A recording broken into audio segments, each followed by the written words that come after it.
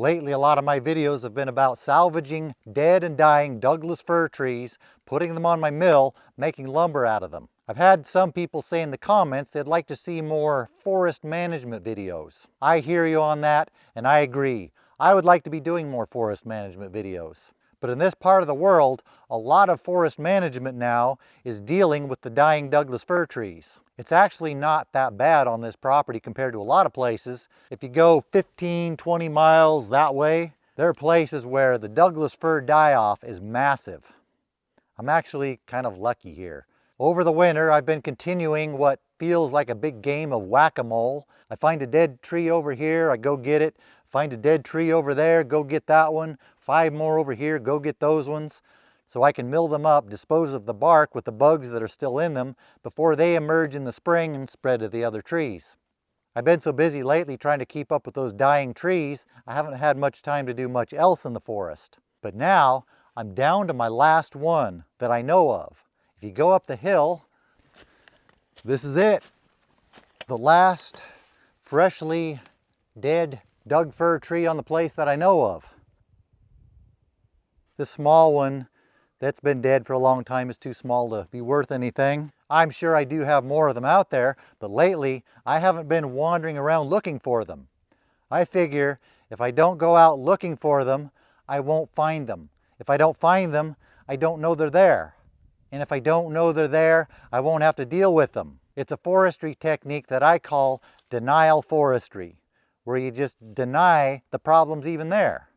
Then you don't have to deal with the problem. It's a common technique used by certain agencies who manage our... Never mind, we're not going to go there. Instead, we're going to make this tree go over there. So far, this video has just been a bunch of talk. Now, we get to watch a tree fall down and go boom. I originally thought I was going to make it go down there, but I think the top of it would mess up these nice madrone trees. Since the Doug firs are dying, we need to save the other trees, so there'll be something here. I think it'll be better to make it go that way.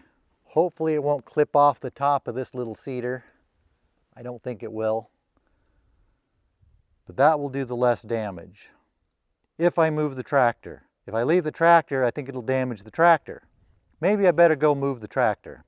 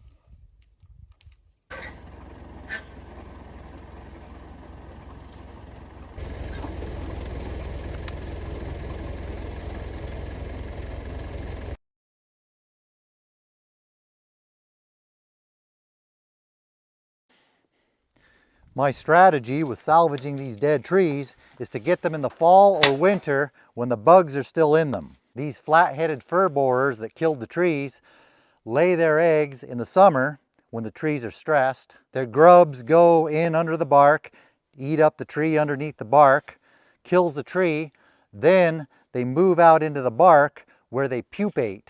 There's a fancy word, pupate. I didn't even have to make that one up. It's a real word.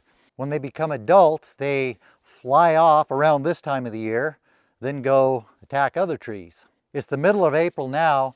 They may be already gone. They may have already flown off. Flew off. They flied away. Salvaging this tree may not be accomplishing anything as far as the bugs go if they've already flown away. Flew away. Flied away. They done buggered off. All it's really accomplishing is giving me some wood to have to mill up on the mill, which I don't really need. I have plenty of it already. What?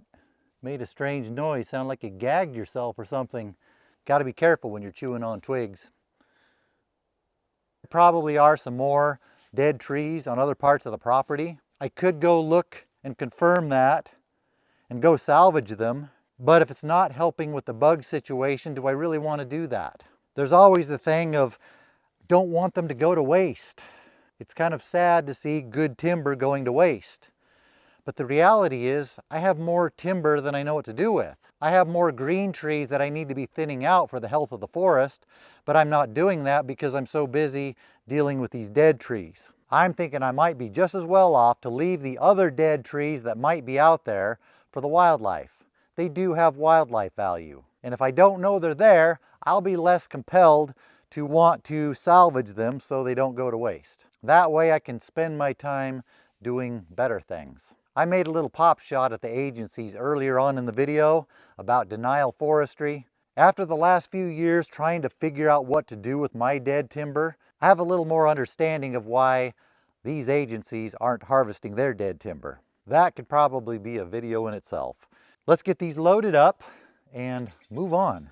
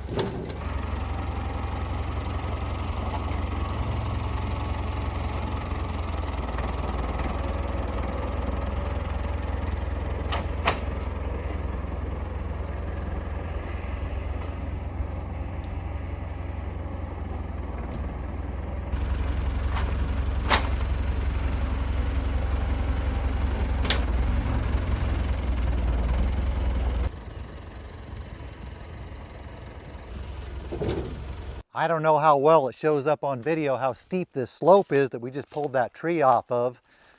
That worked out well because the one test I had left to do on my new American-made Camel City Mill merino wool socks was to test them out working in steep terrain. One of the things I don't like about a lot of socks, a lot of them are slick, especially some of the synthetic ones, which does not work well for me on steep terrain. With merino wool, they have to add some synthetic to it to get it to be durable and to perform the way they're supposed to. I had some concerns about that for that reason, that they might be slick. But they passed the test. They worked well. So far, they've passed all of my tests, except for one. I do have one complaint about these socks. If you get a chunk of sawdust, a wood chip, or something pokey down in your boot somehow, or embedded in your sock, that thing's going to be just as pokey and uncomfortable in these socks as any other Joe Schmo sock. What's up with that? If the people at Camel City Mill could come up with some anti-pokey annoying thing in your sock feature, maybe something that would just vaporize them, or use molecular transport to just transport them out of your boot so you don't have to take your boot off and take out the pokey thing manually, that would be just great. If you could come up with that feature, then you would have the perfect sock. But until then, you've got work to do.